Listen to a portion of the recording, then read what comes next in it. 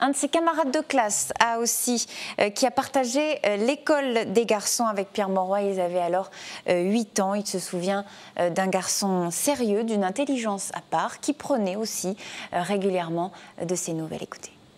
Dans l'école, on ne pensait jamais plus tard qu'on avait un futur Premier ministre assis sur les bancs de l'école d'Aussy parmi nous. Ça, c'était déjà quelque chose. Ce serait important pour la commune, pour l'ensemble de la commune, des gens, d'honorer sa mémoire par soit le nom d'une rue, ou alors, je ne sais pas moi, une petite stèle, quelque chose qui marque de son empreinte aussi, de la famille Moreau. Voilà donc le village d'Aussy qui réagit aussi avec émotion à la disparition de Pierre Mauroy et qui se souvient, je vous en parlais à l'instant, le documentaire de l'enfant à l'éléphant. Je vous ai choisi un petit extrait aujourd'hui, le moment où Pierre Mauroy parle du monde ouvrier.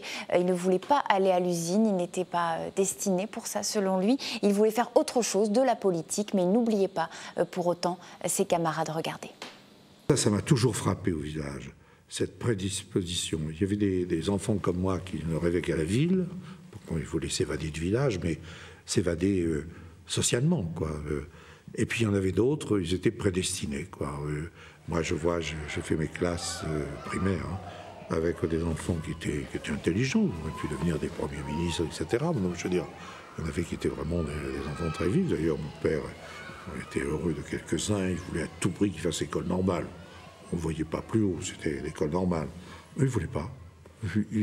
Chaque fois qu'on leur posait la question, ils disent « je fais comme mon père, je vais aller à l'usine ».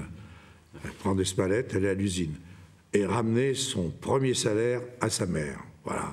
Quelle était vraiment l'ambition de ces gamins-là que j'ai fréquentés à l'école primaire.